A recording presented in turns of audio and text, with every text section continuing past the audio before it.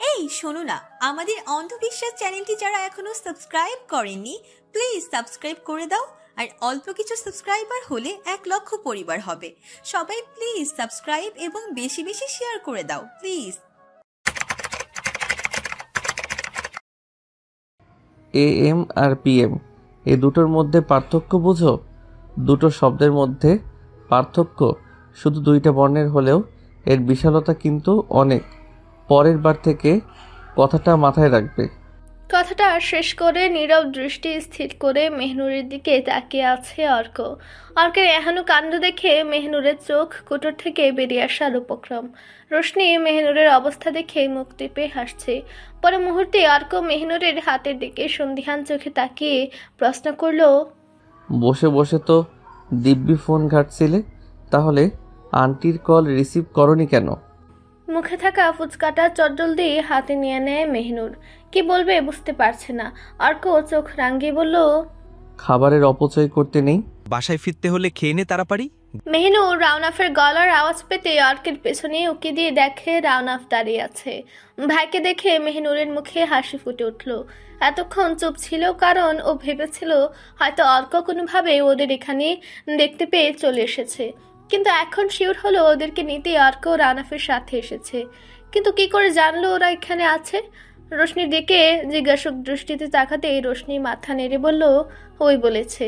রাউনাফ এগিয়ে এসে রোশনির পাশে দাঁড়িয়ে জিজ্ঞেস করলো, গাড়ি কিনেছিস? কপাল কুঁচকে আসে অর্কের। সামনে তাকে খেয়াল করে দেখলো আসলে মেহনুরের পেছনে একটা নতুন গাড়ি। কারোর মধ্যেই তেমন কোনো কৌতূহলী ভাব দেখতে না পেয়ে অর্ক একটু অবাক হয়। মেহরাব সাহেব ব্যাংক ম্যানেজার ছিলেন, বছর 2 আগে রিটায়ার্ড করেছেন। ছেলে বিদেশি কোম্পানিতে জব করে গাড়ি কিনতেই পারে, কিন্তু রাউনাফের কথার ভঙ্গিটা এমন ছিল যে বাজার থেকে হয়তো কোনো চকলেট কিনেছে ওরা, কিন্তু গাড়িটা দেখে বেশ দামি মনে হচ্ছে। 1 কোটি তো হবেই। অর্ক তাও এটা নিয়ে বেশি মাথা ঘামায়নি। মেহনুর মুখে ফুচকা পুরে নিয়ে তাড়াতাড়ি শেষ করে একটু পানি খেয়ে নিল। রাউনাফের করা প্রশ্নের প্রত্যুত্তরে রোশনি কিছু বলতে যাচ্ছিল, কিন্তু মেহনুর ওকে থামিয়ে দিয়ে মিনমিনে স্বরে বলল, আসলে ভাইয়া বাসা থেকে বেরিয়ে আধ ঘন্টা দাঁড়িয়ে থাকার পরেও কোনো গাড়ি পাচ্ছিলাম না। তখন আমার ভীষণ রাগ হয়েছিল, তাই আর কি। মেহনুরকে বলতে না দিয়ে রাউনাফ সুর টেনে বলল, হ্যাঁ বুঝেছি, যা গিয়ে গাড়িতে বস। মা কিন্তু খুব রেগে আছে, এখন যদি বাসায় না ফিরি তাহলে মা বাড়িতে ঢুকতেই দেবে না। রাউনাফ জানে মেহনুর সত্যি কথা বলছে না, অর্কের সামনে আসল কথাটা বলতে চাইছে না, তাই তো রোশনিকে চুপ করে দিয়েছে। এদিকে অর্ক ভ্রুকুটি করে মেহনুরের দিকে তাকিয়ে আছে। গাড়ি পাচ্ছিল না বলে রাগ করে নিজেই গাড়ি কিনে ফেললো, এটা কোনো কথা হলো? এমন রাগ কেউ করে নাকি? যাই হোক, তাতে ওর কি আসে যায়। অর্ক কথাগুলো ভেবে ক্ষুদ্র একটা নিঃশ্বাস ফেললো। থমথমে মুখ করে রোশনি গিয়ে গাড়িতে উঠে বসলো। মেহনুর রাউনাফের হাতে চাবিটা দিয়ে বলল, এই নে চাবি। আমি চাবি নিয়ে করব কেন? তোর গাড়ি তুই নিয়ে যা, আমি অর্ককে নিয়ে আসছি। মেহনুর রাউনাফের হাতের মুঠোয় চাবিটা ধরে দিয়ে মুচকি হেসে শান্ত স্বরে বলল, ভাবিকেও একটু সময় দে। দেখ তো মেয়েটার মুখটা একদম শুকিয়ে গেছে, সারা দিন কেমন যেন মনমরা হয়ে ছিল। এখন একটু ঠিক হলেও পুরোপুরি মন ভালো হয়নি। কাল রাতের পর আজকে মাত্র দেখা হলো তাদের। সারাদিনে একটা বারের জন্য ফোন অবধি করিসনি, এটা কোনো কথা হলো? একটা বার অন্তত ফোন দিয়ে একটু খোঁজ নিতি। মুখে হয়তো কিছু বলছে না, কিন্তু মনে মনে ঠিকই অভিমান করেছে। এখন যা গিয়ে বউয়ের রাগ ভাঙা। মেহনুরের কথা শুনে রাউনাফ আর চোখে রোশনির দিকে তাকালো। রোশনি রাগান্বিত চোখে ওর দিকে তাকিয়ে আছে। রাউনাফ দ্রুত দৃষ্টি সরিয়ে নিল। মেহনুরের কাছ থেকে চাবিটা নিয়ে চলে আসার জন্য উদ্যত হতেই মেহনুর বলল, ভাইয়া শোন, ফুচকার টাকাটা দিয়ে দিস, আমি গেলাম। মেহনুরের কথা শুনে রাউনাফ কপাল সংকুচিত করে তাকাতেই ফের বলল, আমাদের কাছে টাকা ছিল না, আর ফুচকাওয়ালা আমাদের জন্য এমনি এমনি এতক্ষণ পর্যন্ত বসেও থাকতো না, তাই ফুচকা খাওয়ার বাহানা দেখিয়ে ওনাকে এতক্ষণ পর্যন্ত বসিয়ে রেখেছি। আমি যদি না আসতাম? আমি তো জানি ভাইয়া তুই আসবি। মেহনুরের কথার প্রত্যুত্তরে রাউনাফ কিছু বলল না, ওর বোনটা এমনই। কিন্তু অর্ক মেহনুরের এমন কথায় অবাক না হয়ে পারছে না। এখন যদি ওরা না আসতো তাহলে কি সারা রাত এখানে বসে ফুচকা খেত? আশ্চর্য! মেহিনুর অর্ককে ওর দিকে ভ্রুকুটি করে তাকে থাকতে দেখে চোখে থাকা চশমাটা ঠিক করে একগাল ফুকলা হাসি গাড়ির উদ্দেশ্যে পা বাড়ালো। গুটিসুটি পায়ে এগিয়ে গিয়ে গাড়িতে উঠে বসলো মেহিনুর। অর্ক মেহিনুরের চলে যাওয়ার পথের দিকে এক পলক তাকিয়ে ফুস করে একটা দীর্ঘশ্বাস ফেলে গাড়ির উদ্দেশ্যে পা বাড়ায়। দ্রুত পায়ে গিয়ে ড্রাইভিং সিটে গিয়ে বসে অর্ক সিট বেল্ট লাগাতে লাগাতে আর চোখে তাকায় মেহিনুরের দিকে। হাত পা ছেড়ে দিয়ে সিটে হেলান দিয়ে চোখ বুজে আছে। মুখটা মলিন, ক্লান্তি ছাপ স্পষ্ট, অথচ একটু আগে দিব্যি আয়েশ করে বসে ফুচকা খেয়েছে। আমি সত্যিই খুব ক্লান্ত। চমকে উঠল অর্ক। মেহনুর আগের মতোই বসে আছে চোখ বুজে। কিঞ্চিত বিস্মিত হয়ে মেহনুরের দিকে তাকালো অর্ক। ওর মনের কথা শুনে ফেললো নাকি মেয়েটা? সেটা কি করে সম্ভব? বাসায় নিয়ে চলুন তাড়াতাড়ি, আমার একটু বিশ্রাম প্রয়োজন। এবারও চোখ খুলল না মেহনুর। আগের মতোই নির্বিকার চিত্তে বসে আছে। ওকে দেখে সত্যি অনেক ক্লান্ত লাগছে। মেহনুরের উপর থেকে দৃষ্টি সরিয়ে অর্ক কোনো শব্দ ছাড়াই ড্রাইভিংয়ে মনোযোগ দিল। অর্কের মাথায় অনেকগুলো প্রশ্ন ঘুরপাক খাচ্ছে। হঠাৎ এত রাতে এই নীল চত্বরে মেহনুর আর রোশনি কি করতে এসেছিল? তখন রোশনি কিছু বলতে চাচ্ছিল, কিন্তু মেহনুর রোশনিকে কিছু বলতে দেয়নি। কেন? অর্কের কাছে একটু খটকা লেগেছে। তখন রোশনি কি বলতে চাচ্ছিল? মেহনুরের বা এত ক্লান্তির কারণ কি? এসব প্রশ্নের উত্তর অর্কের জানা নেই। ওভারটেক করে যাওয়ার গাড়ির হর্ন শুনে হুঁশ ফিরল অর্কের। নিজের মন মস্তিষ্কের উপর কি ওর কন্ট্রোল হারিয়ে ফেলেছে নাকি? হঠাৎ মেহনুরকে নিয়ে ও এত কেন ভাবছে? ওকে নিয়ে এত ভাবার কি আছে? চোখ বন্ধ করে মাথা ছেড়ে ক্ষুদ্র একটা নিঃশ্বাস ফেলে ফের ড্রাইভিংয়ে মনোযোগ দিল। ফাঁকে ফাঁকে এক পলকের জন্য হলেও মেহনুরের দিকে তাকাচ্ছে। মেহনুর অনেকক্ষণ আগেই ঘুমিয়ে গেছে। ঘুমের ঘুরে হঠাৎ করে কাত হয়ে পড়ে যেতে নিলেই অর্ক বাম হাতটা মেহনুরের মাথার কাছে ধরল। মেহনুরের মাথাটা আস্তে করে ওর কাঁধে রাখে। এমনটা না হলে ঘুমের ঘুরে পড়ে গিয়ে ব্যথা পেতে পারে। আগের তুলনায় গাড়ির স্পিড অনেক কমিয়ে দিয়েছে অর্ক, নয়তো মেহনুরের ঘুম ভেঙে যাওয়ার সম্ভাবনা আছে। অর্ক মুচকি হেসে মেহনুরের চোখ থেকে চশমাটা খুলে গাড়ির সামনে রাখে, কারণ এই চশমাটা ওর ঘুমের ব্যাঘাত ঘটাচ্ছে। চশমার ফ্রেমের নড়াচড়ার জন্য ঘুমের মধ্যে মেহনুরের অস্বস্তি হচ্ছিল, তাই ওটা সরিয়ে দিয়েছে অর্ক। মেহনুরদের বাসার সামনে এসে গাড়ি থামায় অর্ক। রাওনাফ আর রোশনি ওদের আগে চলে এসেছে। ওরা গেটের বাহিরেই দাঁড়িয়ে আছে। অর্ক বুঝতে পেরেছে মেহনুরের জন্যই ওরা ওয়েট করছে। আর এদিকে গাড়ি থামার কয়েক সেকেন্ড পরে মেহনুরের ঘুম ভেঙে যায়। চোখ খুলে নিজেকে অর্কের কাঁধে শুয়ে থাকতে দেখে চমকে উঠল। চটজলদি মাথা তুলে নেয় মেহনুর। অর্কের সামনে অস্বস্তিতে পড়ে যায় ও। মাথার চুল আর ওড়নাটা ঠিক করে নিয়ে গাড়ির সামনে রাখা চশমাটা চোখে পরে নিয়ে ধীর কণ্ঠে বলল, সরি। শব্দটা উচ্চারণ করে গাড়ি থেকে দ্রুতগতিতে নেমে চলে যায়। অর্ক ভ্রু কুচকে তাকিয়ে আছে মেহনুরের দিকে। মেহনুর আর রোশনি বাড়ির ভিতরে চলে যায়। রাওনাফ এগিয়ে এসে অর্কর কাছে দাঁড়ালো। অর্ক কথা না বাড়িয়ে রাওনাফকে গুড নাইট জানিয়ে চলে আসে। রাওনাফও হেসে মাথা নাড়িয়ে সায় দেয়। আজকে একটু সকাল সকালেই ঘুম ভেঙে যায় মেহনুরের। রাতে মা বাবা কারোর সাথে দেখা হয়নি। বাসায় ঢুকে সোজা নিজের ঘরে গিয়ে ঘুমিয়ে পড়েছিল। যা হবে সকালে দেখা যাবে এটা ভেবেই শুয়ে পড়েছিল। কিন্তু এখন তো সকাল হয়ে গেছে, এখন কি হবে? বাবা মাকে কিভাবে ফেস করবে? মেহনুর ওর ভাবনার মধ্যে রেনুফা বেগমের ডাক শুনতে পেল। আর মোড়া ভেঙে উঠে বসলো। পাশে তাকিয়ে দেখে রোশনি বিছানায় নেই। তার মানে রোশনি আরও আগে উঠে গেছে। মেহনুর আর এক মুহূর্ত দেরি না করে ফ্রেশ হয়ে নিচে চলে যায়। ডাইনিং টেবিলে বসে খাবারের কাগজেই মুখ গুজে বসে আছেন মেহরাব সাহেব। চেয়ার টানার শব্দ পেয়ে মেহরাব সাহেব খবরের কাগজ থেকে দৃষ্টি সরিয়ে মাথা উপরে তুলে গম্ভীর কণ্ঠে বললেন, শুনলাম আপনি নাকি নতুন গাড়ি কিনেছেন। বাবার দিকে তাকিয়ে গলা শুকিয়ে আসছে মেহনুরের, কিন্তু সেটা বাবাকে বুঝতে দেওয়া যাবে না। মনে মনে ভয় পেলেও মেহরাব সাহেবের সামনে সেটা প্রকাশ করার কোনো লক্ষণ মেহনুরের মধ্যেও দেখা যায়নি। চেয়ার টেনে বসে স্বাভাবিকভাবে বলল, গাড়িটা আমাদের প্রয়োজন ছিল বাবা। তুমি হেঁটে হেঁটে মেইন রাস্তা অবধি যাও। কি ভেবেছিলে তুমি আমরা এখানে থাকি না বলেই এসব আমাদের চোখে পড়ে না? মেইন রাস্তাটা একটু দূরে, তাই আমাদের বাসা থেকে কোথাও যেতে নিলে এখানে সহজে কোনো গাড়ি পাওয়া যায় না। আমাদের আশেপাশে যারা থাকে সবাই নিজেদের গাড়ি নিয়ে চলাফেরা করে, আর আমার বাবা পায়ে হেঁটে যায়। তোমাদের বয়স হয়েছে বাবা, তোমাদের এত সাফার করার কোনো প্রশ্নই আসে না। নিজেদের একটা গাড়ি থাকলে ক্ষতি কি? তাছাড়া বাবা আমাদের প্রয়োজনীয় কাজ করতে অন্যদের গাড়ি চাওয়াটা কেমন দেখায় না? আসতে পারি? আটকে উঠল মেহনুর। গলার স্বরটা পরিচিত মানুষের। কাল রাতের কথা মনে পড়তেই মেহনুরের কেমন যেন অস্বস্তি হতে লাগলো। অর্ক মেহরাব সাহেবের পাশের চেয়ারটায় বসতে বসতে গলার স্বর উঁচু করে বলল, আন্টি খুব খিদে পেয়েছে, খেতে দাও তাড়াতাড়ি। অর্কের গলার আওয়াজ শুনে রাওনাফোর ঘর থেকে বেরিয়ে আসে। রোশনি আর রেনুফা বেগম টেবিলে খাবার দিল। তারপর সবাই একসাথে খেতে বসে। বাই দ্য ওয়ে আঙ্কেল, তুমি ড্রাইভ করতে পারো?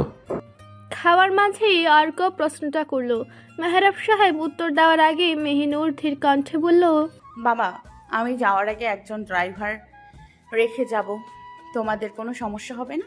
মেহরাব সাহেব এতক্ষণ কোনো কথা না বললেও এখন মেহিনুরের কথায় শীতল কণ্ঠে বললেন, তা না হয় বুঝলাম, কিন্তু আমাকে একটা কথা বলেন তো। কি কথা বাবা? তুই এত টাকা দিয়ে গাড়ি কিনতে গেলি কেন? আর তুই এত টাকাই বা কোথায় পেয়েছিস? থতমত খেয়ে যায় মেহিনুর। বাবার সামনে যে ও এই প্রশ্নের মুখোমুখি হতে পারে সেটা তো ঘরে ওর মাথায় আসেনি। এখন কি উত্তর দিবে? মাথা নিচে করে চুপচাপ খাবার খাচ্ছে আর চোখ এদিক সেদিকে ঘোরাচ্ছে। কি হলো, কথা বলছিস না কেন? কিস্তিতে নিয়েছি বাবা, আমার কিছু সেভিংস ছিল, ওটা দিয়েছি, আর বাকি টাকাটা এক বছরে পরিশোধ করলেই হবে। কথাটা মিনমিনে স্বরে বলল মেহিনুর। রোশনি আর রওনাফ বাদে বাকি সবাই অবাক হয়ে মেহিনুরের দিকেই তাকিয়ে আছে। এই মেয়ে কি বলছে? এসব এত দামি গাড়ি নাকি কিস্তিতে নিয়েছে, তাও আবার 1 বছরের ভিতরে পরিশোধ করতে হবে। মেহরাব সাহেব কড়া গলায় বললেন, এত টাকা তুই পাবি কোথায় শুনি? বাবা যে রেগে যাচ্ছে তা আন্দাজ করতে পারছে মেহিনুর। মুচকি হেসে বলল, আমি কেন টাকা দিতে যাব? আমার মনে হয়েছিল এই মুহূর্তেই আমাদের একটা গাড়ির প্রয়োজন, তাই গাড়ি কিনেছি। শোরুমের মালিক তো আমাকে আর এমনি এমনি গাড়িটা দিয়ে দিত না, তাই কিছু টাকা দিয়েছে আর কি। আর বাবা, তোমার যে একটা ছেলে আছে সেটা কি ভুলে গেছো নাকি? টাকা তো ভাইয়াই দিবে, তুমি চিন্তা করো না। মেহরাব সাহেব রাগে চোখে রাওনাফের দিকে তাকায়। রাওনাফ বাবার চাহনি দেখে মেকি হেসে শুধু মাথা নাড়িয়ে মেহনুরের কথায় সায় দিল। বাবার হাত থেকে বাঁচতে ভাইকে ফাঁসিয়ে দিয়েছে মেহিনুর। রোশনি আর মেহিনুর দুজনেই ঠোঁট টিপে হাসছে। অন্যদিকে মেহরাব সাহেব যে মেয়ের এহেন কাজে মন থেকে বেশ প্রশান্তি পাচ্ছেন তা খুব ভালো করে আন্দাজ করতে পারছেন রেনুফা বেগম। শুধু ওনাদের একটু যাতায়াতের জন্য এত দামি একটা গাড়ি কেনার কোনো দরকার ছিল না। এই যা। প্রসঙ্গ পরিবর্তন করতে রেনুফা বেগম ধীর কণ্ঠে বলল, খাওয়ার সময় এত কথা বলতে নেই। সবাই খাওয়া দাওয়া শেষ করে নিয়েছে। মেহরাব সাহেব কোথাও বেরিয়েছেন। অর্ক আর রাওনাফ ড্রয়িং রুমে বসে আড্ডা দিচ্ছে। মা, আমি আর ভাবি একটু বের হচ্ছি। মেহনুরের গলার আওয়াজ শুনতে পেয়ে অর্ক আর রাওনাফ মেহনুরের দিকে তাকায়। রেনুফা বেগম রান্নাঘর থেকে ট্রেতে করে 2 কফির মগ নিয়ে এসে অর্ক আর রাওনাফের সামনে রাখেন। তারপর মেহনুর আর রোশনির সামনে এসে জিজ্ঞেস করেন, আজকে আবার কোথায় যাচ্ছিস? কালকে দেরি হওয়ার জন্য যে রেনুফা বেগম ওদের কিছুই বলেনি, তার জন্য মেহনুর আর রোশনি দুজনে একটু অবাক হয়েছিল। আসলে রেনুফা বেগমকে রাওনাফের সামনে নিয়েছিল, আর রেনুফা বেগম ওদের দেরি হওয়া নিয়ে চিন্তিত ছিলেন না। ফোন রিসিভ না করায় দুশ্চিন্তা করছিলেন। হুট করে রেনুফা বেগমকে জড়িয়ে ধরল মেহনুর। মায়ের গালে চুমু দিয়ে আহ্লাদি গলায় বলল, মা, আমরা শপিং করতে যাচ্ছি। শপিংয়ে যাওয়ার আগে একটু ঘোরাঘুরি করব, সন্ধ্যার আগেই বাসায় চলে আসবো, প্রমিস। ঠিক আছে, মনে থাকে যেন। ওকে। বাসা থেকে বেরোনোর জন্য পা বাড়াতে মেহনুরের ফোনে মেসেজ আসে। ব্যাগ থেকে ফোনটা বের করতে মুখে একচিলতে হাসি ফুটে উঠল। ফোনটা আবার ব্যাগে রেখে দিয়ে রানাফকে উদ্দেশ্য করে বলল, ভাইয়া, বিকেলে আঙ্কেল আন্টি আর রোশান আসছে রিসিভ করতে। তুই যাবি নাকি আমরা যাব? ওই যাবে, তোদের আর এয়ারপোর্টে যেতে হবে না। তোরা যেখানে যাচ্ছিলি ওইখানে যা, আর সন্ধ্যার আগে যেন তোদের আমি বাসায় দেখি, মনে থাকবে? কড়া গলায় কথাগুলো বললেন রেনুফা বেগম। রোশনি শাশুড়িকে আলতো করে জড়িয়ে ধরে বলল, মনে থাকবে মা, আমরা এখন আসি, কেমন? ঠিক আছে, সাবধানে যেও। ওরা চলে যেতে অর্ক উঠে এসে বলল, আন্টি আমিও যাই, আমাকে একটু বেরোতে হবে। এনজিওর বাচ্চাদের জন্য কিছু কেনাকাটা করতে হবে। আন্টি গেলাম তাহলে। তুমিও শপিংয়ে যাবে? তাহলে তো মেহনুরদের সাথে নিয়ে যেতে পারতে। অর্কর পায়ের নিচে কিছু একটার উপস্থিতি টের পেয়ে নিচে তাকিয়ে দেখে একটা কাগজ পড়ে আছে। নত হয়ে কাগজটা হাতে নিয়ে দেখেই ঠোঁট বাঁকিয়ে হেসে কাগজটা পকেটে রেখে দিয়ে বলল, সমস্যা নেই আন্টি, আমি বাইক নিয়ে যাব, আসি এখন। রাওনাফ গলার স্বর উঁচু করে বলল, বিকালে কি তুই ফ্রি আছিস? তোর জন্য আমি অলওয়েজ ফ্রি। বিকালে বাসায় থাকিস তুই, আমি বাসা থেকেই তোকে পিক করে নিব। এখন আসছি আমি। আন্টি, আপনার ছেলের কি কোনোদিনও আক্কেল জ্ঞান হবে না? দিহাত করুণ চোখে তাকিয়ে আছে আয়শা বেগমের দিকে। কালকে বিকালে এনজিও থেকে অর্ক বেরিয়ে আসার পর ওর ফোনের অনেকগুলো কল দিয়েছিল দিহাত, কিন্তু অর্ক রিসিভ করেনি। তারপর সন্ধ্যার দিকেও অনেকগুলো কল দিয়েছে, অর্ক তখনও ওর কল রিসিভ করেনি। ইনফ্যাক্ট আজ সকালেও কল দিয়েছে। দিহাত তখনও হতাশ হয়, কারণ অর্ক আজ সকালে কলটা রিসিভ করেনি। এতবার ট্রাই করার পরও যখন অর্ক ফোন তুলছে না, তখন দিহাদের চিন্তা হতে থাকে অর্কের জন্য, যদি ওর কোনো বিপদ আপদ হয়ে থাকে। তাই সকাল সকাল বাসায় এসে উপস্থিত হয়। আয়শা বেগম দিহাদের কথার মানে বুঝতে না পেরে স্মিত হেসে বলল, কেন, কি করেছে ও? আয়শা বেগম যেন কাটা গায়ে নুন ছিটা দিয়েছেন। এতক্ষণ কোমরে হাত দিয়ে দাঁড়িয়েছিল দিহাত, কিন্তু এখন আর ওর পক্ষে দাঁড়িয়ে থাকা সম্ভব না। তাই পাশের সোফাটায় ধপ করে বসে পড়ল। ফুসফুস করে দম ছেড়ে গলার স্বর উঁচু করে বলল, কি করেনি সেটা বলুন আন্টি। কাল বিকাল থেকে শুরু করে সন্ধ্যার পর পর্যন্ত মনে হয় 1000 কল দিয়েছে ওকে, কিন্তু একটা বারের জন্য কলটা রিসিভ করার প্রয়োজন মনে করলো না ও। কারো বিপদ আপদও হতে পারে। আচ্ছা, তাও আমি এটা মানতে পারি যে ও হয়তো তখন ফোনের কাছে ছিল না, কিন্তু পরে কি ও ওর ফোনটা হাতে নেয়নি? দেখেনি যে কেউ ওকে এতগুলো কল দিয়েছে? ফোন ওর সাথে থাকলে তো দেখবে। আয়শা বেগমের দিকে ভ্রু কুঁচকে তাকায় দিহাত। আশ্চর্য হয়ে জিজ্ঞেস করলো, মানে? মনে হলো কাল সকালে যখন এনজিওতে গিয়েছিল তখন ফোনটা বাসায় ফেলে গিয়েছিল। বিকালে ফোনের রিংটনের শব্দ পেয়ে বুঝতে পারলাম অর্ক ওর মোবাইলটা বাসায় ফেলে রেখে গেছে। পরে সন্ধ্যায় আবার যখন কল আসে তখন গিয়ে দেখি ফোনে এই দিশা। আয়শা বেগম অর্কের ফোনটা দিহাদের দিকে এগিয়ে দিয়ে শেষের কথাটা বলেন। দিহাত ফোনটা হাতে নিয়ে ফিক করে হেসে দিল। আয়শা বেগম হতাশার সুর টেনে বলল, স্ক্রিনে কিছু দেখা যায় না, কল রিসিভও করা যায় না, তাহলে কিভাবে বুঝবো তখন তুমি কল দিয়েছিলে? আয়শা বেগম পর মুহূর্তে কপালে চিন্তার ছাপ ফেলে বলল, আচ্ছা, দিহান ওর ফোনটা এমন বাজেভাবে চূর্ণ বিচূর্ণ হলো কি করে? কিরণ চৌধুরীর ক্লানি খেয়ে আপনার ছেলের সাথে সাথে এই ফোনটারও হাড়গোড় ভেঙেছিল ওই দিন। দাঁতে দাঁত চেপে মিনমিনে স্বরে বলল দিহাত। আয়শা বেগম বুঝতে না পেরে বলল, কিছু বলবে? দিহাত গলা খাকারি দিয়ে বলল, হ্যাঁ, ওই দিন অর্ক অ্যাক্সিডেন্ট করলো না, তখনও ফোনটা ভেঙে গিয়েছিল আন্টি। দিহাদের কথায় আয়শা বেগম রাগ দেখিয়ে বলল, দেখছো কেমন বেখেয়ালি আচরণ এই ছেলের। তোর ফোনটা ভেঙে গেছে তো তুই আর একটা নতুন ফোন নিবি না? কিন্তু না, ও সেটা না করে ওই ভাঙা ফোন নিয়েই বসে আছে। কেন? তোর কাছে টাকা না থাকলে আমাকে বলতি, আমি দিতাম। এই ভাঙা ফোনে তোকে কেউ কল দিলে যেমন তুই দেখতে পাস না, তেমনই তুইও তো কাউকে কল দিতে গেলে দেখতে পাস না। তুমি ঠিকই বলেছ দেহান, এই ছেলে আসলেই কোনোদিন আক্কেল জ্ঞান হবে না। আচ্ছা, ওর কথা বাদ দাও তো। তোমার মুখ দেখে তো মনে হচ্ছে বাসা থেকে কিছুই খেয়ে আসোনি। তুমি টেবিলে বসো, আমি খাবার দিচ্ছি। দিহাদ আসলে বাসা থেকে কিছু খেয়ে আসেনি, তাই আয়শা বেগমের কথা মতো চুপচাপ গিয়ে খেতে বসে গেল। বাংলাদেশ আই ভিশন হসপিটালের করিডোরে বসে আছে মেহনুর আর রোশনি। কানাডায় মেহনুর যে ডাক্তারের কাছে ওর চোখে ট্রিটমেন্ট করতো, সেই ডাক্তার মানে ডক্টর স্নিগ্ধ চৌধুরী দেশে এসেছে, তাই এখানে ওনার সাথে দেখা করতে এসেছে ও। রাওনাফ আর রোশনির বিয়ে শেষ হওয়া অবধি একটু সময় লেগে যাবে, ততদিনে মেহনুরের পক্ষে ওয়েট করা পসিবল না। তাই মেহনুর ডক্টর স্নিগ্ধ চৌধুরীর সাথে কথা বলে জানতে চেয়েছিল বাংলাদেশে ওর আই টেস্ট করাতে পারবে কিনা। তখন ডক্টর স্নিগ্ধ চৌধুরী বললেন উনি নাকি আগামী সপ্তাহে বাংলাদেশে আসবেন আর আইভিশন হসপিটালে তাকে পাওয়া যাবে। এটা শোনার পর মেহিনুর একটা সিরিয়াল কেটে রেখেছিল, আজকে ডাক্তারের সাথে দেখা করতে এসেছে, কিন্তু হসপিটালে এসে দেখে ব্যাগে সিরিয়ালের কাগজটা নেই।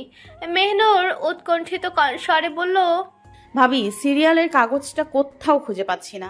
ইদানিং মেহনুরের চোখে একটু বেশি প্রবলেম হচ্ছে, চশমা পরলেও চোখে ঘোলা দেখে, বই পড়তে গেলে অনেক প্রেশার দিতে হয় চোখের উপর, ফলে চোখে আর মাথায় প্রচন্ড রকমের ব্যথা অনুভব হয়।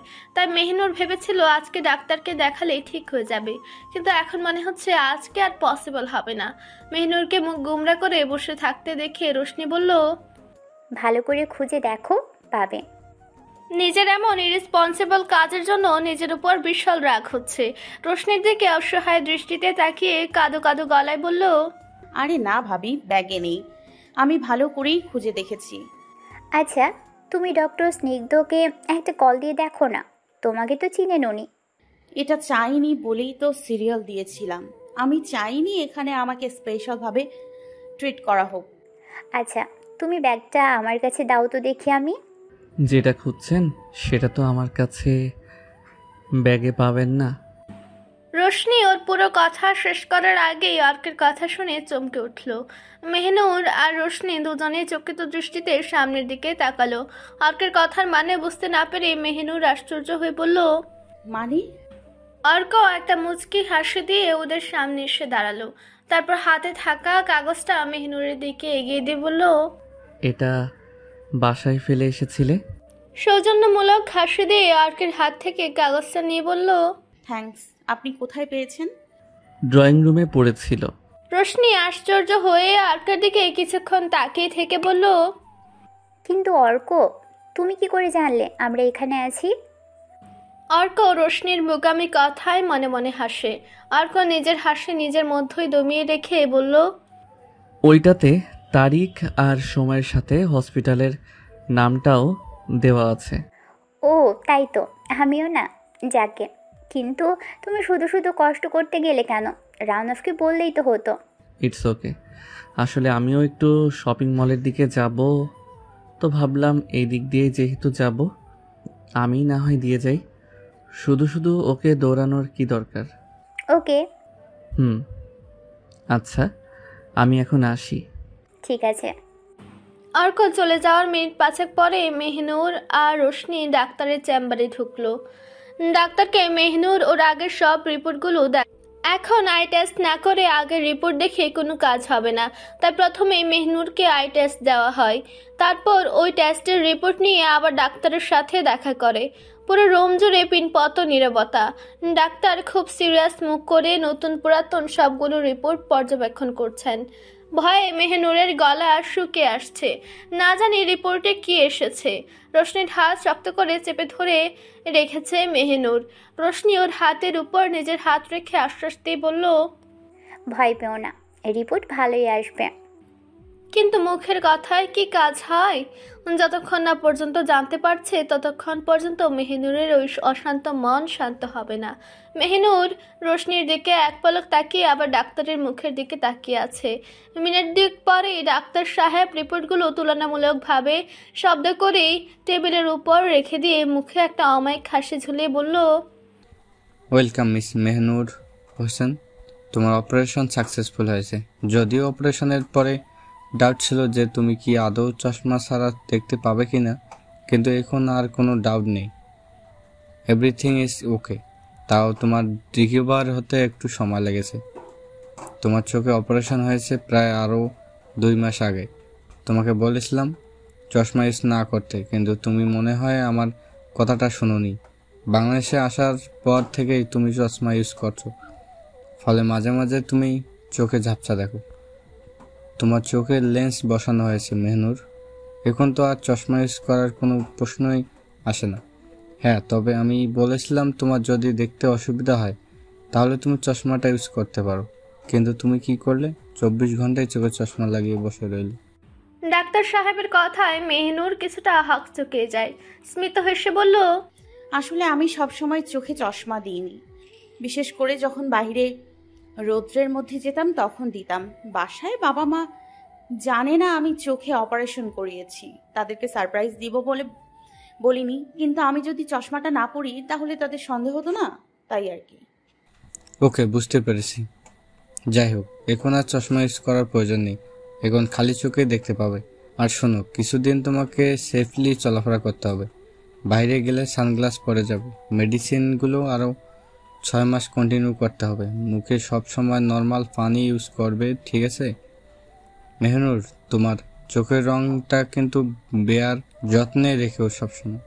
কয়েকজনের এই নীল চোখ আছে, অনেকে তো কৃত্রিম লেন্স লাগিয়ে নিজেদের মনে আশা পূরণ করে। আর সেই জায়গায় তুমি সৃষ্টিকর্তার কাছ থেকে এই অপরূপ চোখের অধিকারিণী হয়ে পৃথিবীতে এসেছো। মেহনুর খুব মনোযোগ দিয়ে ডাক্তারের কথাগুলো শুনছিল। ডাক্তারের বলার শেষের কথাটা শুনে বিনিময়ে শুধু স্মিত হাসে। পর মুহূর্তে জিজ্ঞাসু দৃষ্টিতে ডাক্তারের দিকে তাকিয়ে বলল, আচ্ছা ডক্টর, আমি কি মাইনাস পাওয়ারের কোনো নর্মাল চশমা ইউজ করতে পারবো? সেটার তো কোনো প্রয়োজন নেই। ইউ আর অলরাইট নাও। মেহনুর করুণ স্বরে বলল, দরকার আছে ডক্টর, প্লিজ বলুন না। করা যাবে। আমি তোমাকে একটা গ্লাস সাজেস্ট করছি। যদি কখনো চশমা ইউজ করো তাহলে এই পাওয়ারের গ্লাসটা ইউজ করবে, ঠিক আছে? আর অবশ্যই 3 মাস পর পর গ্লাস পরিবর্তন করবে।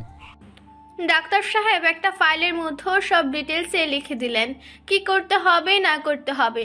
ডাক্তারের কাছ থেকে সবকিছু বুঝে নিয়ে মেহনুর আর রোশনি হসপিটাল থেকে বেরিয়ে আসে।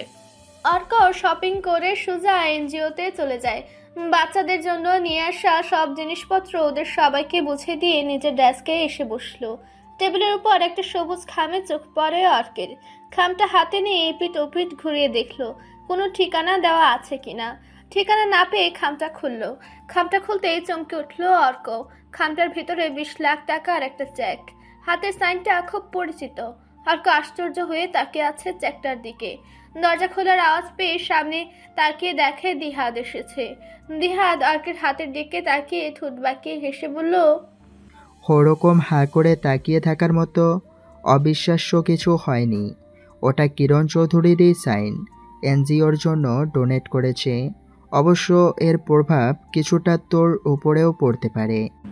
দিহাদের কথার ধরন অর্ক বুঝতে পারছে না। কপাল কুঁচকে তাকায় দিহাদের দিকে, ভারী গলায় বলল, মানে? দিহাদ সুর টেনে বলল, সূর্যের কিরণের স্মৃতি জড়িয়ে আছে তো ওই চেকটায়। দিহাদের এমন হিয়ালি করে কথা বলাটা অর্কের খুব বিরক্ত লাগছে। সোজা কথা সোজা সাপটা ভাবেই কোনো দিনই বলবে না। ও সবসময় ঘুরিয়ে পেঁচিয়ে কথা বলবে। অর্ক চোখ রাঙিয়ে বলল, ভনিতা না করে ক্লিয়ারলি বলতো কি বলতে চাচ্ছিস তুই? দিহাদ একটা দীর্ঘশ্বাস ফেলে অর্কের সামনে চেয়ারটায় বসলো। তারপর অর্কের হাত থেকে খামটা নিয়ে নিল। অর্ক হাঁ করে দিহাদের দিকে তাকিয়ে আছে। দিহাদ চেকটা খামের ভেতর রাখতে রাখতে বলল, গত 2 রাত টানা 2 দিন কিরণ চৌধুরীর কনসার্ট ছিল। গত পরশু দিনেরটা ছিল লেকের ধারে পুরাতন স্টেডিয়ামে, আর গত রাতেরটা ছিল নীল চত্বরে। শুনলাম গতকালেরটাই নাকি কিরণ চৌধুরীর শেষ কনসার্ট ছিল। অর্ক হতভম্ব হয়ে দিহাদের দিকে তাকিয়ে আছে। কি বলবে বুঝতে পারছে না। মাথার চুল উল্টে ধরে টেবিলের উপর হাতের কনুয়ে ভর দিয়ে কয়েক সেকেন্ড চুপ করে বসে থেকে ধীর কণ্ঠে বলল, আমাকে বলিসনি কেন? অর্কের কথা শুনে দিহাদের রাগ হলেও এই মুহূর্তে ও রাগ প্রকাশ করা উচিত হবে না। কেননা অর্ক অলরেডি এক ঝটকা ছ্যাঁকা খেয়ে ফেলেছে। কাঁচা গায়ে আর নুন ছিটিয়ে লাভ নেই। তাই দিহাদ নরম গলায় বলল, পরশুদিন যে কনসার্ট ছিল সেটা আমি কালই জানতে পারি, আর কাল রাতেও যে কনসার্ট ছিল সেটা অবশ্য আগেই জানতে পেরেছিলাম। কাল তোকে বিকাল থেকে সন্ধ্যা অবধি অনেকগুলো কল দিয়েছিলাম, কিন্তু তুই একবারও রিসিভ করিসনি। আজ সকালেও অনেকগুলো কল দিয়েছি, কিন্তু তুই তখনও কল রিসিভ করিসনি। পরে আপারক হয়ে বাসায় গিয়ে আন্টির কাছ থেকে জানতে পারি তুই তোর ফোন সাথে করে নিয়ে বের হসনি। এখন তুই বল, এতে আমার কি করার থাকতে পারে? আমি তো চেষ্টার কোনো কমতি রাখিনি। নিজের করা বেখেয়ালিপনার জন্য অর্কের নিজের উপর খুব রাগ হচ্ছে, কিন্তু এই মুহূর্তে রাগের মাথায় কোনো কাজ হবে না। তাই নিজের রাগকে কন্ট্রোল করে শক্ত গলায় বলল, কালকে যে শেষ কনসার্ট করেছে, এটা তোকে কে বলল? কিরণ চৌধুরী নিজেই বলেছে কালকের কনসার্টটা ছিল ওর এইখানে শেষ কনসার্ট। আর চেক এটা এখানে কি করে এলো? দিহাত স্মিত হেসে বলল, তোকে আগেই বলেছি যে এই মেয়ের ওর উপার্জনের অর্থের বিশাল অঙ্কের একটা অ্যামাউন্ট ডোনেশনের কাজে দিয়ে দেয়। আমাদের এনজিওর সামনে দোকানের রহিম চাচা বলল তার দোকানে নাকি কালকে একটা মেয়ে এসেছিল। চা খেতে খেতে এক পর্যায়ে আমাদের এই এনজিওর কথা জিজ্ঞেস করলে রহিম চাচা যা যা জানে সব বলে। তখন তার হাতে এই খামটা ধরিয়ে দিয়ে যায়। সকালে আমি যখন এনজিওতে আসি তখন রহিম চাচা এসে এই খামটা আমার হাতে দিয়ে গেছে। রহিম চাচাকেও নাকি 2 লাখ টাকা দিয়েছে, তবে তাকে চেক দেয়নি, ক্যাশ দিয়েছে। ভাবতে পারছিস? আচ্ছা, এই মেয়ের চলাফেরা কেমন জানি আমার কাছে খুব রহস্যময় মনে হয়। দিহাত একটু থেমে অবাক স্বরে বলল, না ভাই, আই অ্যাম ড্যাম শিওর এই মেয়ে কোনো সাধারণ মানুষ নয়। তুই কিভাবে বুঝলি ওইটা কিরণই ছিল? রহিম চাচাই বলল ওর নামে বলেছে কিরণ। অর্কের মাথার নিউরনগুলো কাজ করছে না। দিহাদের কথার প্রত্যুত্তরে কি প্রতিক্রিয়া ব্যক্ত করবে সেটাও বুঝতে পারছে না। ঘটে যাওয়া ঘটনাগুলো ওর সাজাতে একটু সময় প্রয়োজন, তবে এই মুহূর্তে সেটা পসিবল না। অর্ক ওর হাতের ঘড়িটার দিকে তাকিয়ে দেখে 4:45 বাজে। দিহাদকে উদ্দেশ্য করে বলল, আমাকে একটু বেরোতে হবে, আসছি আমি। অর্ক বিষণ্ণ মনে এনজিও থেকে বেরিয়ে সোজা মেহনুরের বাড়িতে চলে আসে। তারপর ওখান থেকে রাউনাফকে নিয়ে এয়ারপোর্টে চলে যায়। এদিকে মেহনুর আর রোশনি শপিং শেষ করে শপিং কমপ্লেক্স থেকে বেরিয়ে গাড়িতে উঠতে যাবে, ঠিক তখনই মেহনুরের মনে পড়ে ওর চশমাটা কেনা হয়নি। তাই রোশনিকে গাড়িতে বসতে বলে মেহনুর আবার শপিং কমপ্লেক্সের ভেতরে চলে যায়। কিছুক্ষণ পরেই চশমা নিয়ে চলে আসে মেহনুর। মাকে দেওয়া কথা রাখতে সন্ধ্যার আগে ওরা বাড়ি চলে আসে। বাড়িতে এসে দেখে রোশনির বাবা মা চলে এসেছে। অবশেষে বাসায় এসে বাবা মাকে সারপ্রাইজটা দিয়ে দেয় মেহনুর। মেহনুরের এই পরিবর্তনে রেনুফা বেগম আর মেহরাব সাহেব আসলেই অবাক হয়েছেন, তার সাথে অনেক খুশি হয়েছেন। খুব ছোটবেলায় মেহনুরের চোখের সমস্যা ধরা পড়ে। কাছের জিনিস ক্লিয়ার দেখতে পেত না, আর দূরের জিনিস তো একদমই দেখতে পারতো না। মেহরাব সাহেব কত চেষ্টা করেছেন মেহনুরের চোখের অপারেশন করাতে, কিন্তু মেহনুরের খুব ভয় পেত, অপারেশন করাতে দেয়নি। পরে তো রাউনাফের সাথে কানাডাতেই চলে যায়। তাও মেহরাব সাহেব আর রেনুফা বেগম বলেছিলেন বিদেশে উন্নত চিকিৎসায় মেহনুর যাতে ওর চোখের অপারেশনটা করিয়ে নেয়, কিন্তু মেহনুর তখন রাজি হয়নি। ওর নাকি চশমা ব্যবহার করতে কোনো সমস্যাই হয় না, বরং চশমা পরতে ওর ভালোই লাগে। যাই হোক, এত বছর পর মেয়ের সম্মতি হয়েছে, এটাই তাদের কাছে অনেক। সন্ধ্যার পরে মেহনুরদের বাসার সবাই ড্রয়িং রুমে জড়ো হয়েছে রাউনাফ আর রোশনির বিয়ের আলাপ আলোচনা করার জন্য। আকাশ সাহেব আর আয়েশা বেগমও এসেছেন, তাদেরকেও নিয়ে আসা হয়েছে। কিন্তু এই মুহূর্তে তাদের ছেলের উপর খুব রাগ হচ্ছে ওনাদের। রাউনাফ বলল এয়ারপোর্টে যাওয়ার পর অর্ক রাউনাফ বলল রোশনির বাবা মাকে নিয়ে বাড়ি চলে আসতে, আর ওরা নাকি এয়ারপোর্টে কি কাজ আছে তাই ও এয়ারপোর্টে রয়ে গেছে। কিন্তু এখন রাউনাফ যখনই অর্ককে কল দিচ্ছে তখনই শুধু বলছে আসছি, কিন্তু এখনও ওর আসার নাম গন্ধ নেই। আকাশ সাহেব ছেলের এমন ব্যবহারে বিরক্ত হয়ে আয়েশা বেগমের কানে কানে ফিসফিস করে বললেন, তোমার ছেলে কি কোনো দিনও বুদ্ধিশুদ্ধি হবে না? এতগুলো মানুষকে এভাবে বসিয়ে রাখার কোনো মানে হয়? আয়েশা বেগমও দাঁতে দাঁত চেপে ফিসফিস করে বলেন, ছেলে কি শুধু আমার একারই নাকি? তোমারও তো ছেলে, আর তুমি কাকে কি বলছো? ছেলে তো হয়েছে তোমারই মতো। আমার মতো মানে? আমি কি করেছি? কেন মনে নেই আমার ভাইয়ার জন্য বউ দেখতে যাওয়ার সময় কি করেছিলে? বেশ করেছি আমার বন্ধু, আমি যা খুশি তাই করব, তুমি বলার কে শুনি? তাহলে এখন ছেলেকে বকছে কেন? ওরও তো বন্ধুর বিয়ে। আয়েশা বেগমের সাথে যে উনি কথায় পেরে উঠবেন না সেটা খুব ভালোভাবেই জানেন, তাই বউয়ের সাথে আর কথা না বাড়িয়ে মেহরাব সাহেবকে উদ্দেশ্য করে বলল, মেহরাব ভাই, আপনারা আলোচনা শুরু করেন, অর্ক না হয় পরে এসে জয়েন করবে। না আঙ্কেল, যে পর্যন্ত অর্ক না আসছে সে পর্যন্ত বিয়ের ডেট ফিক্সড করা যাবে না। ও আসলেই ডেট ফিক্সড করা হবে। রাউনাফ বেঁকে বসে আছে, ও অর্ককে ছাড়া বিয়ের কথা শুরু করবে না। আকাশ সাহেব রাউনাফের কথায় হেসে দিয়ে বলেন, আরে বাবা, আলোচনা করা মানে বিয়ের ডেট ফিক্স করা নাকি? একটা বিয়েকে কেন্দ্র করে আরো কত কিছুর আয়োজন করতে হয়। আমরা না হয় এখন ওইগুলো নিয়ে নিজেদের মধ্যে আলোচনাটা সেরে নেই। অর্ক আসলে তারপর না হয় তোমরা বিয়ের ডেটটা বলে দিও। আকাশ সাহেবের কথায় যথাযথ যুক্তি আছে, তাই রাওনাফ আর মানা করতে পারল না। বড়রা সবাই মিলে বিয়ের অনুষ্ঠান কোথায় কিভাবে করা হবে, বিয়েতে কতজন গেস্ট থাকবে এসব নিয়ে নিজেদের মধ্যেও আলাপ আলোচনা করছেন। তাদের এসব আলাপকালেই আগমন ঘটে অর্কের। রাওনাফের ইচ্ছা অনুযায়ী অর্ক আসার পরেই আগামী শুক্রবার রাওনাফ আর রোশনির বিয়ের ডেট ফিক্সড করা হয়। তবে বিয়ের অনুষ্ঠানে বাইরের কোনো রিসর্ট বা কমিউনিটি সেন্টারে করা হবে না। রাওনাফের বিয়ের রিসেপশনের আয়োজন বাড়িতেই করা হবে। কিন্তু সমস্যা হলো রোশনিদের নিয়ে। এখানে রোশনিদের কোনো আত্মীয় স্বজন নেই যে ওদের বাসা থেকে রোশনির বিয়েটা হবে। তাই রোশনির বাবা মা ঠিক করলো তারা বিয়ের অনুষ্ঠানের জন্য রিসোর্ট বুক করবেন। তাদের এমন ধারা কথা শুনে আকাশ সাহেব পিছল হেসে উঁচু গলায় বলল, আরে ভাই, সেটা কি করে হয়? আমার এত বড় বাড়ি থাকতে আপনাদের রিসোর্টে যেতে হবে কেন? আর আপনাদের তো এখানে কোনো আত্মীয় নেই যে গেস্টদের ঝামেলা আছে। বরযাত্রী যারা আসবে ওদের আপ্যায়নটা করার জন্য শুধু শুধু রিসোর্ট বুক করার কোনো দরকার নেই। রোশনিকে আমাদের বাড়ি থেকে উঠিয়ে দেয়া হবে, ব্যাস, ডিসিশন ফাইনাল। এর মধ্যে কোনো কিন্তু নেই। কোনো কথা বলবেন না, আমি যা বললাম তাই হবে। এখন উঠুন, ব্যাগপত্র নিয়ে আমাদের সাথে চলুন। বিয়ের বাকি আছে আর মাত্র 3 দিন। মেয়ের বিয়ে বলে কথা, অনেক কাজ করতে হবে, সে খেয়াল আছে? আকাশ সাহেব জোর গলায় বললেন কথাগুলো। তাকে ফিরিয়ে দেওয়ার সাধ্য কারণ নেই, তাই তার এক কথাতেই সবাই রাজি হয়ে গেছে।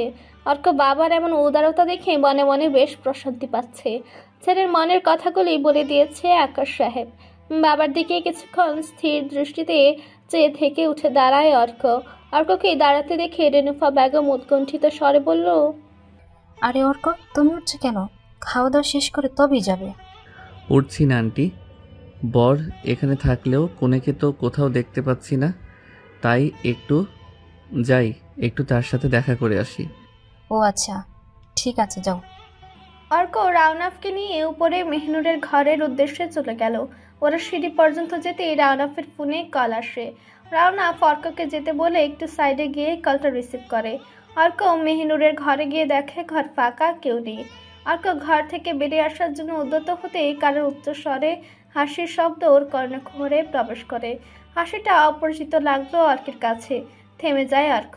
হাসির শব্দ অনুসরণ করে পেছনে পেছনে পা ফেলে হাঁটছে অর্ক। হাসির আওয়াজটা ব্যালকনি থেকে আসছে। অর্ক পেছন ফিরে এগোয় ব্যালকনির দিকে। ব্যালকনির দরজাটা লাগানো, তবে পুরোপুরি নয়, অনেকটা ফাঁক হয়ে আছে।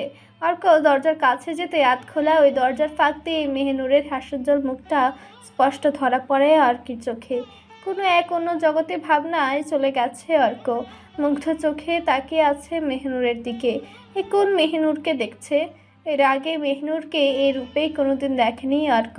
রানাফের সাথে ওর দূরত্ব তৈরি হওয়ার সময় মেহনুর খুব ছোট ছিল, কিন্তু যখন রানাফের সাথে সম্পর্কটা ভালো ছিল তখন ওদের বাসায় যাওয়া আসার প্রায় সময়ে দেখতো মেহনুর ওর রুমে চুপচাপ বসে থাকতো, নয়তো মায়ের সাথে থাকতো। চোখে চশমা পরতো বিধায় অর্ক ওকে চশমিশ বলে ডাকতো। মেহনুর খুব বেশি অর্কের সামনে আসতো না, লজ্জায় নাকি রাগে, কারণটা মেহনুরেই ভালো জানে। তারপরে কানাডায় চলে যাওয়ার পরে অনেক দিন পর পর মেহনুর ওদের বাড়িতে আসতো। আরশা বেগমের মুখে শুনতো মেহনুর নাকি দেখতে শুনতে মাশাআল্লাহ অনেক সুন্দর হয়েছে, কিন্তু অর্ক মায়ের কথায় কোনো দিনই সেভাবে পাত্তা দেয়নি। রাস্তায় চলাফেরার অনেকবার দেখা হতো মেহনুরের সাথে। যদি কখনো চোখাচোখি হয়ে যেত তাহলে মেহনুর শুধু সালাম দিয়ে পাশ কাটিয়ে চলে যেত। কেমন অদ্ভুত যেন মেয়েটা, সব সময় কেমন জানি চুপচাপ থাকে, 10 কথার প্রত্যুত্তরে একটার উত্তর দেয়। মেয়ের মুখে হাসি নেই বললেই চলে, তাই মেহনুরকে বরাবরই বোরিং লাগতো অর্কের। কিন্তু আজ যেন এই মেয়ের হাসির বাঁধ ভেঙে। আজকে চোখের সেই কালো মোটা ফ্রেমের ভারী গ্লাসের চশমাটা নেই। চশমা ছাড়া তো ওকে চেনাই যাচ্ছে না। চুলে বেনুনিও নেই। খোলা চুলগুলো হাসির সুরে ঝংকারে যেন ঢেউ তুলেছে। দেখতে অপরূপ সুন্দর লাগছে। এই মেয়ে এত হাসতে পারে, এই গুণের কথা অর্কের জানা ছিল না। অর্ক নিজের মনের অজান্তেই হাত বাড়িয়ে দরজাটা আরেকটু খুলে দেয়। দরজার ফ্রেমটায় হেলান দিয়ে বুকে হাত গুজে এক দৃষ্টে তাকিয়ে আছে সামনে থাকা মেহনুরের দিকে। হঠাৎ করে দরজার দিকে চোখ পড়ে রোশনির। অর্ককে এইভাবে দাঁড়িয়ে থাকতে দেখে রোশনি আশ্চর্য হয়ে গলার স্বর উঁচু করে বলল, আরে অর্ক যে, তুমি কখন এলে? রোশনির গলার আওয়াজ পেয়ে ঘুর কাটে অর্কের। চটজলদি নিজেকে সামলে নিয়ে এগোয় সামনের দিকে, মুখে কৃত্রিম হাসি ঝুলিয়ে বলল, এই তো মাত্রই আপনারা কথা বলছিলেন, তাই ডিস্টার্ব করিনি। সবাই নিচে আপনাদের বিয়ের দিন তারিখ ঠিক করছে, আর আপনারা এখানে বসে আড্ডা দিচ্ছেন। অর্ককে দেখে ঠিকঠাক হয়ে দাঁড়ালো মেহনুর। রোশান পাশ কাটিয়ে বোনের সাথে গিয়ে দাঁড়ালো। রোশনি মিষ্টি হেসে বলল, মেহনুর আর রোশান ওরা বেস্ট ফ্রেন্ড। আসলে অনেক দিন পর রোশান এসেছে তো, তাই মেহনুর ওকে পেয়ে রাজ্যের আলাপ জুড়ে দিয়েছে। ওদের আলাপচারিতাই শুনছিলাম, আর নিচে যাইনি, কারণ বড়রা যেটা ভালো মনে করবেন সেটাই হবে, এতে আমার কোনো আপত্তি নেই। তা আপনি কি জানেন এই বাড়ি থেকে আপনার বিয়েটা হচ্ছে না? আটকে উঠে রোশনি। আরকের এই কথার মানে কি? রোশনি উৎকণ্ঠিত স্বরে বলল, মানে?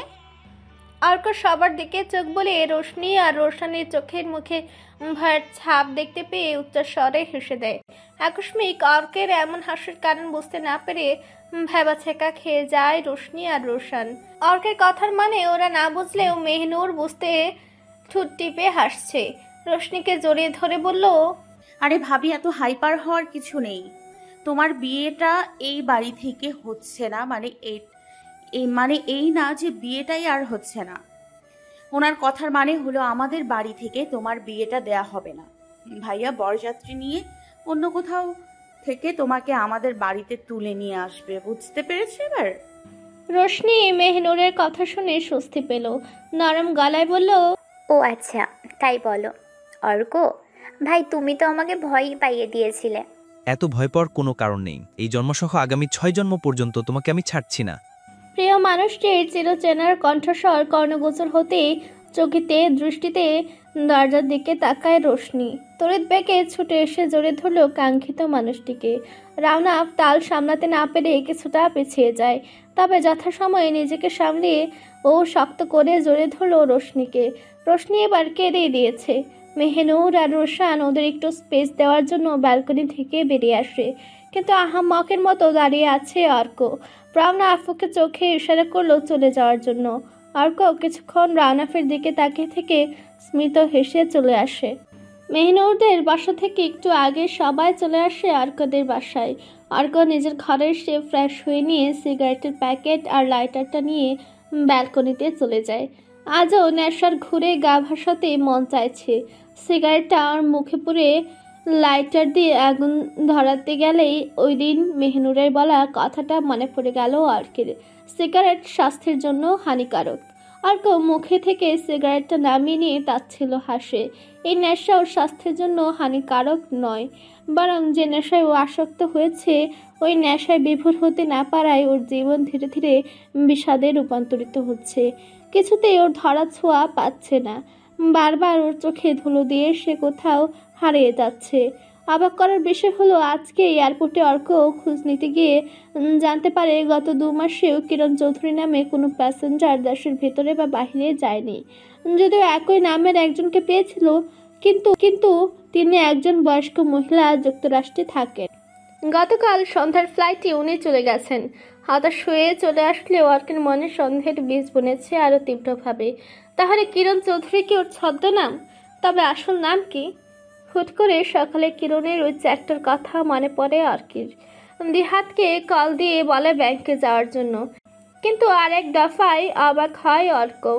ব্যাংকে কিরণ চৌধুরী নামে অ্যাকাউন্ট আছে আর দিহাত চ্যাটটা দিয়ে টাকাটাও তুলেছে। অর্কের মাথায় কাজ করছে না, এটা কিভাবে সম্ভব? ও কিভাবে এই রহস্যের গণ্ডি অতিক্রম করে সত্যের মুখোমুখি হবে? হাতে থাকা সিগারেটটা ফেলে দিয়ে দ্রুত গতিতে ঘরে চলে আসে অর্ক। ভাবতে হবে, গভীর থেকে গভীরতভাবে চিন্তা করতে হবে। ওর অগোচরে ঘটে যাওয়া ঘটনাগুলোর হিসাব মিলাতে হবে। এত রাতে অর্কের রুমে লাইট অন দেখে আশা বেগম এসে দেখেন অর্ক সারা ঘর জুড়ে পায়চারি করছে। কেমন যেন অস্থিরতা ভাব ওর মধ্যে। আশা বেগম ছেলের কাছে এসে তীক্ষ্ণ দৃষ্টিতে তাকিয়ে গম্ভীর স্বরে বলল, এত রাত হয়ে গেছে, তুই এখনো ঘুমাসনি কেন? মায়ের গলার স্বর, সে সাথে তীক্ষ্ণ দৃষ্টি দেখে হাঁক চুকিয়ে যায় অর্ক। এত রাতে ওর মা এ ঘরে আসবে ভাবতে পারেনি, তবে আসাটা অস্বাভাবিক কিছু নয়, কারণ বরাবরের মতো অর্ক আজও ওর রুমের দরজা বন্ধ করেনি। অর্ককে চুপ থাকতে দেখে আশা বেগম ফের বলেন, কি হলো, কথা বলছিস না কেন? ঘুম আসছিল না। অর্কের মুখে যা এসেছে তাই বলে দিয়েছে, কিন্তু আশা বেগমের কাছে অর্কের উত্তরটা যুক্তিসঙ্গত মনে হলো না। অর্কের জেগে থাকার কারণটা অন্য কিছুই মনে হচ্ছে ওনার। তিনি তার ছেলেকে খুব ভালো করে চেনেন। সন্দিহান চোখে তাকিয়ে বললেন, কেউ কি এভাবে হেঁটে চড়ে ঘুমায়? বিছানায় না শুলে ঘুমাবে কি করে? মায়ের কথা শুনে আমতা আমতা করতে থাকে অর্ক। এবার মাকে কি উত্তর দেবে বুঝতে পারছে না। নিজের কথার জালে নিজেই ফেসে গেছে। মুখে জোরপূর্বক হাসি টেনে বলল, আমি এক্ষুনি ঘুমিয়ে পড়ছি, তুমি যাও গিয়ে দেখো গেস্টদের কিছু লাগবে কি না। জাগে ঘুমিয়ে পড়, আমি লাইট অফ করে দিয়ে গেলাম। আশা বেগম চলে যেতেই ফুস করে দম ছাড়ে অর্ক। মায়ের সামনে মিথ্যা বলার দুঃসাহস ওর নেই। দরজার দিকে সেকেন্ড দুয়েক তাকিয়ে থেকে তারপর গিয়ে শুয়ে পড়ে। কিন্তু 15 মিনিট কেটে যাওয়ার পরেও অর্কের চোখে ঘুম আসছে না। বিছানায় শুয়ে ছটফট করছে অর্ক। কিছুতেই দু চোখের পাতা এক করতে পারছে না। চোখ বন্ধ করতে মেহনুরের ওই হাস্যোজ্জ্বল মুখটা চোখের সামনে ভেসে উঠছে। নিজের মন মস্তিষ্কের উপর থেকে মনে হচ্ছে ওর কন্ট্রোল ক্রমশ হ্রাস পাচ্ছে। এসবের মধ্যেও মেহনুর কোত্থেকে এলো? ওকে নিয়ে তো ও ভাবছে না, তাহলে অর্কের সাথে এসব কি হচ্ছে বুঝতে পারছে না। জোর করে চোখ বন্ধ করে শুয়ে থাকেও, কিন্তু ব্যর্থ হয় অর্ক। বরাবরের মতো আজও একটা নির্ঘুম রাত কাটবে অর্কের। যখন অর্কের ঘুম ভাঙে তখন ঘড়ির কাঁটা 11:30টার গণ্ডি পেরিয়ে 12টার ঘর ছুঁই ছুঁই। বাড়িতে বিয়ের আমেজ বলে কথা, হট্টগোল হবে, এটাই তো স্বাভাবিক। মেহনুরদের বাসায় হয়েছে ও অর্কদের বাসা থেকে শোনা যাচ্ছে। আত্মীয় স্বজনরা সবাই আসতে শুরু করেছে। এত হই হল্লোর মধ্যেও অর্ক সজাগ হয়নি। অর্কের ঘুম ভাঙে রাওনাফের চিৎকারে। 15 মিনিট যাবৎ রাওনাফ অর্ককে খুব ভালো করে ডাকছিল, কিন্তু অর্কের যেন তাতে কোনো হেলদোলেই নেই। শেষমেশ উপায় না পেয়ে অর্কের কানের কাছে গিয়ে দিল এক গগনবিদারী চিৎকার। ব্যাস, কাজ হয়ে গেল। ধরফরে উঠে বসে অর্ক। বুকে থুতু দিয়ে রাওনাফের দিকে কড়মড় করে তাকিয়ে বাজখাই গলায় বলল, এই শালা, এমন হনুমানের মতো চেঁচাচ্ছিস কেন? সাবধান অর্ক, কথায় কথায় এমন শালা ডাকবি না। আমি তোর কোন জন্মের শালা লাগি? রাওনাফ কথাটা বলে চোখ রাঙিয়ে অর্কের দিকে তাকিয়ে আছে। অর্ক ফুকলা হেসে রাওনাফকে জড়িয়ে ধরল। আরে ভাই, এটা তো কথার কথা। তুই আমার শালা হতে যাবি কোন দুঃখে? তুই তো আমার জানেমান। অর্ক চোখ টিপ দিয়ে শেষের কথাটা বলল। রাওনাফ মুখ গোমরা করে অর্কের আলিঙ্গন থেকে নিজেকে ছাড়িয়ে নিয়ে থমথমে মুখে বলল, সেটা তো দেখতেই পাচ্ছি। কাল দিন বাদে পরশু আমার বিয়ে শপিং থেকে শুরু করে যাবতীয় কাজ এখনো পড়ে আছে। এই একদিনে কিভাবে সবটা ম্যানেজ করব, যেই চিন্তায় আমি শেষ হয়ে যাচ্ছি। অথচ তুই এখনো পড়ে পড়ে ঘুমাচ্ছিস। আবার বলে নাকি আমি ওর জানে মন। ঘড়ির দিকে তাকিয়ে দেখেছিস কয়টা বাজে? অর্ক রাওনাফের উপর থেকে দৃষ্টি সরিয়ে ঘড়ির দিকে তাকিয়ে দেখে ঠিক 12:01 বাজে। রাতে ঘুম না হওয়ার কারণে সকালের দিকে চোখটা লেগে এসেছিল, তাই বলে এত দেরি হয়ে যাবে এটাও অর্ক ভাবতে পারেনি। চটজলদি বিছানা ছেড়ে উঠে সোজা ওয়াশরুমে ঢুকে পড়ে অর্ক। শাওয়ার নিয়ে বেরিয়ে এসে সোজা ড্রয়িং রুমে গিয়ে দেখে সবাই বসে ইভেন্টের লোকজনদের সাথে আলাপ আলোচনা করছে। এক পাশে বসে আছে ওর নানু। দৌড়ে গিয়ে নানুকে জড়িয়ে ধরলো অর্ক। উৎফুল্ল হয়ে বলল, বিবি জান, তুমি কখন এসেছো? অর্ক ওর নানুকে বিবি জান বলেই ডাকে। আমিনা বেগম অর্কের কান ধরে আদুরে গলায় বলল, বিবিজানের কোনো খোঁজ খবর রাখিস তুই?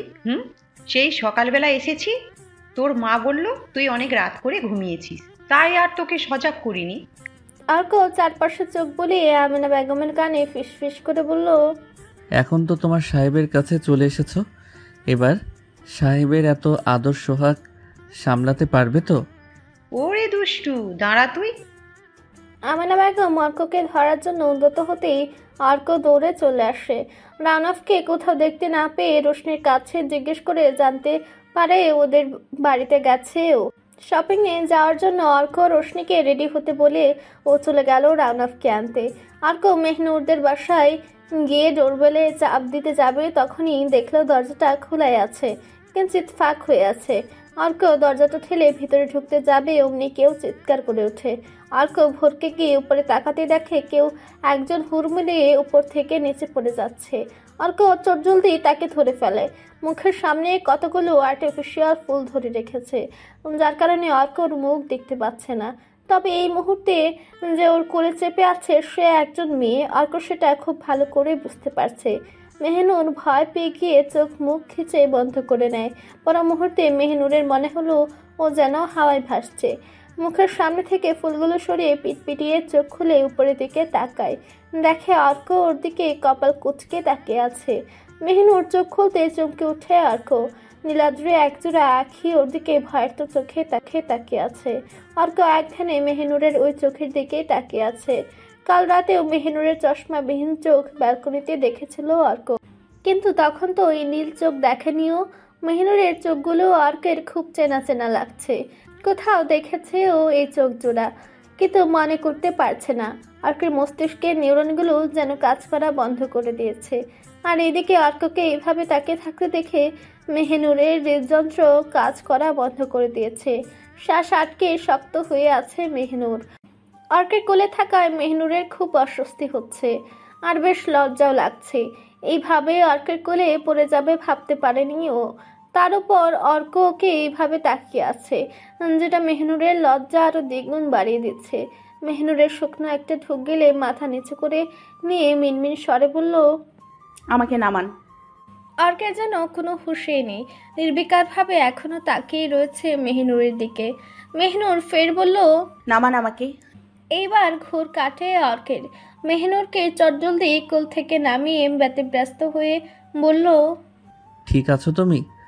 কোথাও লাগেনি তো তোমার?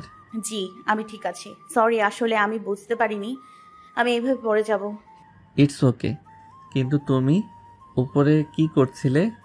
কথাটা বলতে বলতে মাথা ঘুরিয়ে পেছনে তাকাতে অবাক হয়ে যায় অর্ক। অর্ক আশ্চর্য হয়ে তাকিয়ে আছে। চারপাশে চোখ বুলিয়ে দেখে তো এলাহি কাণ্ড। অলরেডি মেহনুরদের বাড়ির ভেতরে সব ডেকোরেশন কমপ্লিট। খুব চমৎকারভাবে ডেকোরেশন করা হয়েছে। বাড়ির রঙের সাথে ফ্লাওয়ার কম্বিনেশনও দারুণ মানিয়েছে। অর্ক ঘুরে ঘুরে এসব কিছু দেখছে আর ভাবছে এত তাড়াতাড়ি কিভাবে সবটা পসিবল হলো। সবে কাল রাতের বেলায় ডেট ফিক্সড করা হলো আর আজ দুপুর 12:30টায় সব কমপ্লিট। এইটুকু সময়ের মধ্যেও কিভাবে পসিবল এটা? অর্ক হা করে তাকিয়ে আছে। অর্ককে হা করে দাঁড়িয়ে থাকতে দেখে রাওনাফ গলার স্বর উঁচু করে বলল, কিরে এইভাবে কি দেখছিস? অর্ক রাওনাফের দিকে ফিরে বলল, এত তাড়াতাড়ি বাড়ি ডেকোরেশন করে ফেললি, কিভাবে সম্ভব এটা? অর্কের পুরো কথা শোনার আগেই রাওনাফ মেহনুরের দিকে তাকায়। মেহনুর আবার মই বেয়ে উপরে উঠে হাতে থাকা অবশিষ্ট ফুলগুলো দরজার উপর ফ্রেমে ভালো করে লাগিয়ে দিয়েছে। মেহনুর যখনই মই থেকে নামতে যাবে ঠিক তখনই মইটা হালকা কেঁপে উঠল। বোন যদি এই মই থেকে পড়ে তাহলে নির্ঘাত হাড়গোড় ভেঙে একাকার হয়ে যাবে। যে ভাইয়ের বিয়ের জন্য এত আয়োজন করেছে শেষে সেই ভাইয়ের বিয়ে খেতে হবে হসপিটালের বেডে শুয়ে থেকে। কথাটা ভাবতে গা শিউরে ওঠে রাওনাফের। দৌড়ে গিয়ে মইটা ধরল রাওনাফ। এদিকে অর্কর কথার প্রত্যুত্তর কোনো জবাব না পেয়ে পেছনে তাকিয়ে দেখে রাওনাফ নেই। ও দরজার কাছে মই ধরে দাঁড়িয়ে আছে আর মেহনুর মই বেয়ে নামছে। যে মেয়েকে একটু আগেই হাড়গোড় ভেঙে যাওয়ার মতো অ্যাক্সিডেন্ট থেকে বাঁচালো সেই মেয়েকে না মিনিট দুয়েক পরে আবার নাচতে নাচতে গিয়ে মই উঠে পড়লো। অর্কের কেন যেন খুব রাগ হচ্ছে মেহনুরের উপর। এই মেয়েটা এত ইরেসপন্সিবল কি করে? অর্ক রাগে গাছগাছ করতে করতে ওদের দিকে এগিয়ে গিয়ে মেহনুরকে কারা গলায় বলল, এই মেয়ে, তোমার সাহস তো কম বড় না। একটু আগেই তো এখান থেকে পড়ে হাড়গোড় সব গুঁড়া করে ফেলতে। নেহাতে আমি ধরেছিলাম বলে, নয়তো এতক্ষণে হসপিটালের অপারেশন থিয়েটারে থাকতে হতো। এখন আবার উঠেছো এখানে? অর্কের কথা শুনে রাওনাফ অবাক হয়ে মেহনুরের দিকে তাকায়। মেহনুর মাথা নিচু করে দাঁড়িয়ে আছে। রাওনাফ ব্যতিব্যস্ত হয়ে বোনকে বুকের সাথে শক্ত করে জড়িয়ে ধরল। মেহনুরের মাথায় চুমু দিয়ে হাত বুলিয়ে দিয়ে উৎকণ্ঠিত স্বরে বলল, তোর কোথাও লাগেনি তো বোন? কতবার করে তোকে মানা করছি, তাও শুনছিস না আমার কথা। এখন যদি তোর কিছু হয়ে যেত? ভাইয়ের আলিঙ্গন থেকে নিজেকে ছাড়িয়ে নিয়ে মিষ্টি একটা হাসি ফিরিয়ে দেয় মেহনুর।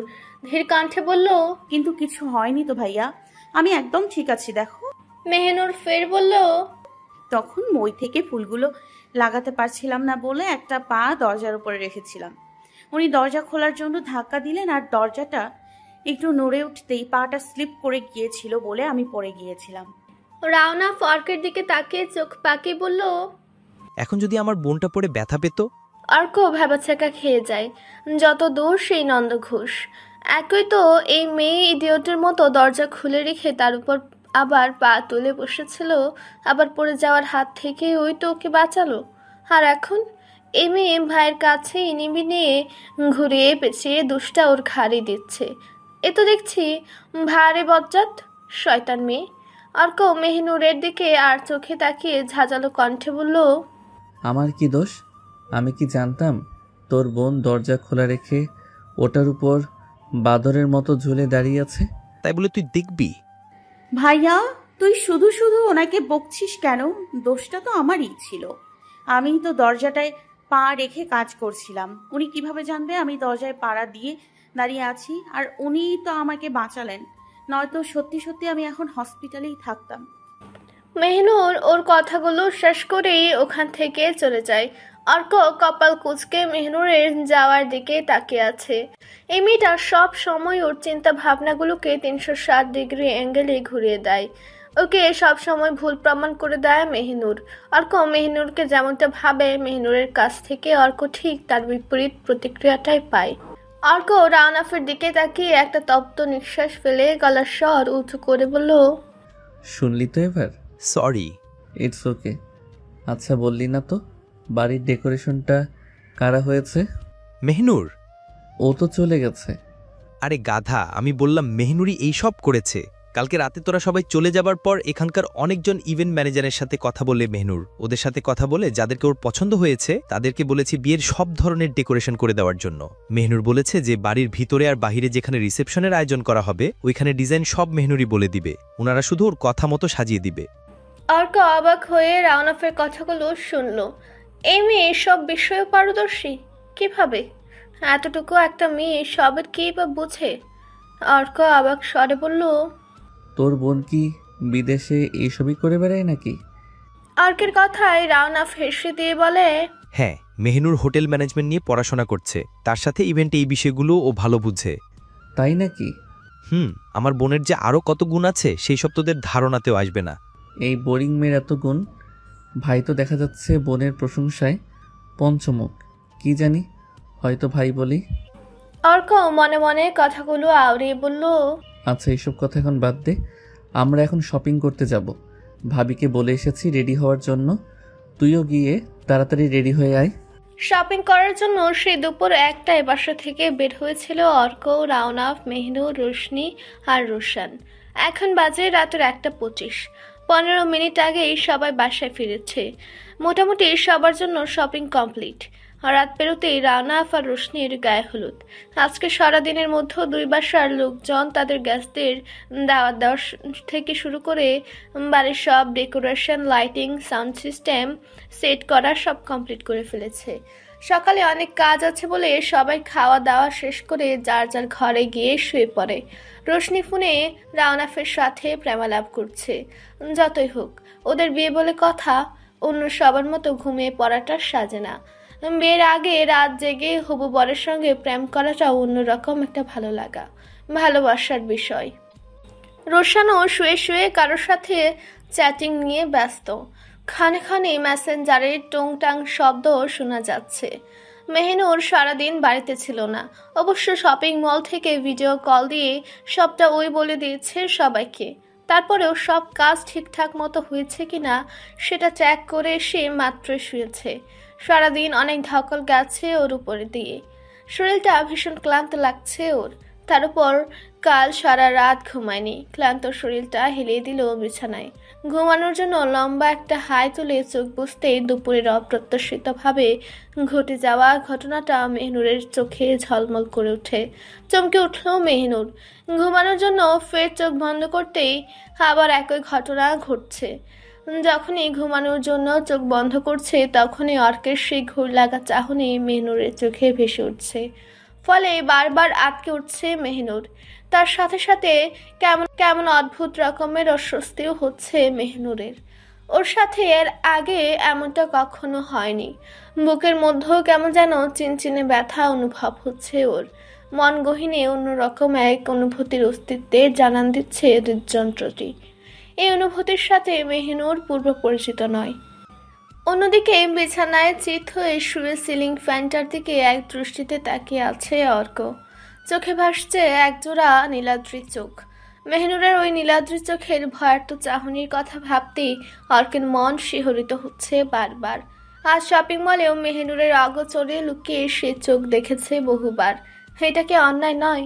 নিজের মনকে প্রশ্ন করে অর্ক। ওর মনে যে আরেকজনের বাস, আর এখন যে ও অন্যজনের ধ্যানে নিমগ্ন হয়ে আছে। না না, এটা অন্যায়। কিন্তু বেহায়া মন যে ঘুরে ফিরে মেহনুরের দিকে ছুটে যাচ্ছে ক্রমশ। মেহনুরের নেশা জড়ানো সেই চোখের চাহনি ভয়ার্ত মুখটা বারবার ওর মনকে ব্যাকুল করে তুলছে। তবে কি ও কিরণের জায়গাটা নেওয়ার চেষ্টা করছে? না, এটা হতে পারে না। আর কিছু ভাবতে পারছে না অর্ক। মাথা চেপে ধরে বিছানা ছেড়ে উঠে বসে সংরক্ষণে রাখা সিগারেট আর লাইটার নিয়ে চলে যায় ব্যালকনিতে। আঙুলের ফাঁকে ফাঁকে সিগারেট রেখে কিছুক্ষণ পরপর মুখে পুরে নিচ্ছে আর মনের সুখে ধোঁয়া উড়াচ্ছে। নেশায় ভোর হয়ে থাকলে নিশ্চয় মনের দরজায় অন্যায় আবদার নিয়ে সে কেউ করা নাড়বে না। মালিকের অসহায়ত্বের সুযোগ নিতে চাইবে না নিশ্চয়ই। নিয়মিত ভালোবাসার গল্প শুনতে এবং পড়তে আমাদের অন্ধবিশ্বাস চ্যানেলটি সাবস্ক্রাইব করে পাশে থাকা বেল আইকনটি ক্লিক করুন। ধন্যবাদ সবাইকে।